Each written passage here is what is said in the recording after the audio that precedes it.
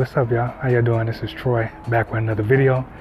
Here to check out the Trek Checkpoint ALR. In this video, we're going to discuss if you should buy a Trek road bike. Let's find out right now. If you're new to this channel, go and hit the subscribe button along with the notification bell so you don't miss out on any future videos where we provide guides and tips for cyclists. Now getting right into this video is going to be a quick kind of like a review of the Trek Checkpoint ALR. I'm not going to get a detailed review because there's tons of videos on YouTube that I'll point you to on that as we go along. This is basically just going to be like a rough draft or a little bit of my 2 cents of why I think you should buy a Trek road bike.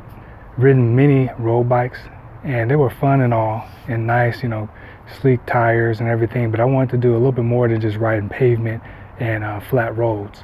So I ended up going with the Trek Checkpoint ALR 4 2019, and I had it for almost a year and I just love it, completely love it. And I'll tell you why. It has these thick tires on it, 35mm tires. You can take it on road and off road, and it's pretty lightweight.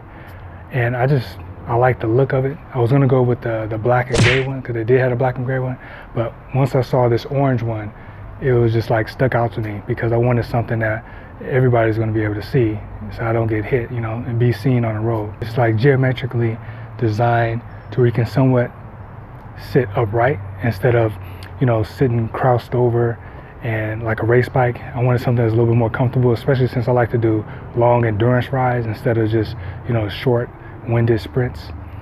And I took this thing around a lot and I put it through some rough roads as well as some nice clean pavements. Actually did a lot of riding in the Bay Area, going up on Hawk Hill and some other mountains and dirt roads so that I could, you know, get this, really test the bike out. And I have to say, man, it held up to a lot of things that I put it through.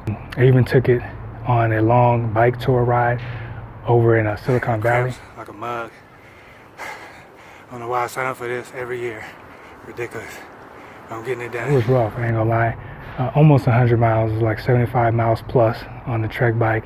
And you would think like with a gravel bike like this, that it probably is gonna be too heavy and too sluggish for you to go out and ride, and you'll probably get, you know, blasted by other road bikes. But man, this thing is a beast. I loved it. And, you know, I ride pretty fast anyway, but having this bike, I feel secure even if I was on the road or off-road. And in most cases, I just love going off-road with it more than being on the road because it was just so much fun. So I'm gonna go ahead and show you a little bit of the components. And like I said, I'm probably not gonna go into detail about all the specs.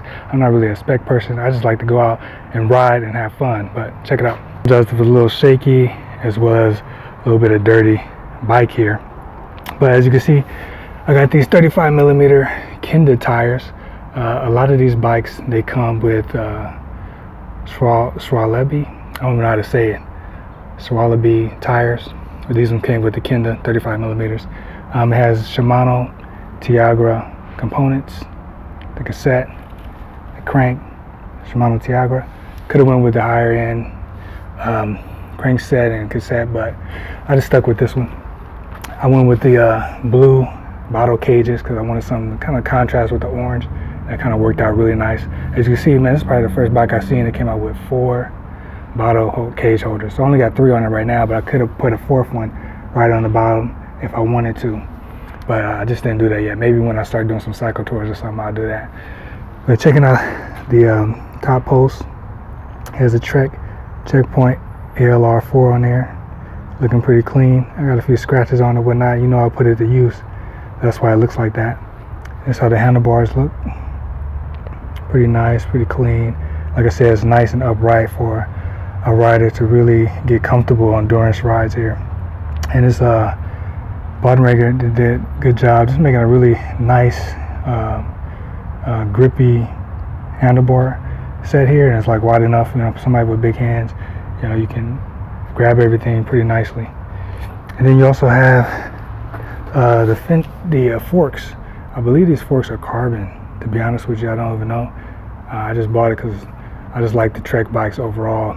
The design, the quality, very versatile bike, very cool. And it does have disc brakes, so that's another reason why I went with these, because if I'm going downhill in San Francisco, and you better have brake power. It is no joke. Another thing that I wanted to point out is when you have a bike like this and you're going touring a lot, I would definitely highly recommend a triangle bag for your bike, and I'll show you one. So this one is the John triangle bag, C-post bag for your bike, and it kind of goes like this. Fits right in there pretty nicely, but yeah, I went with this one. You can fit a lot of stuff in here.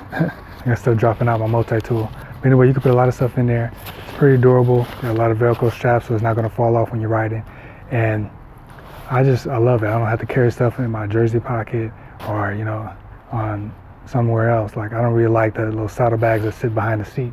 So I went with these John little bags here. I'll leave a link in the description where you can find something similar to this. This one is probably not even made anymore. They had like a limit that they were going to be making these John bags, and basically they sold out. So that's why they're so good. So I'm definitely going to have this one for a while. Well, like I said, it has only 2 side areas with pockets on them, so you can put things, but the pockets are pretty deep. Like I could put inner tubes in here.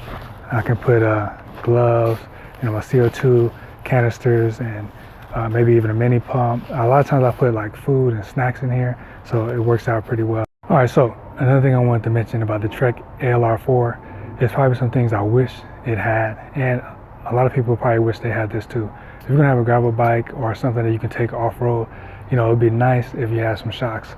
Up in the forks here, you know, as you can see, it's like no shocks, nothing to kind of soak up, you know, the rough terrain that you might be riding on.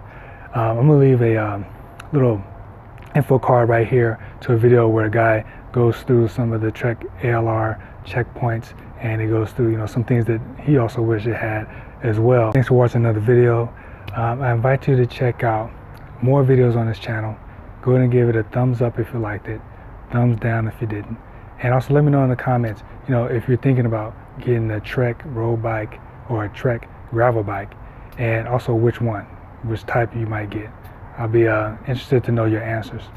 And when you get a chance before you leave, go ahead and check out ProdifyCycling.com, where you're going to find out more guides and tips for cyclists. And until next time, I'll see you in the next video. Peace.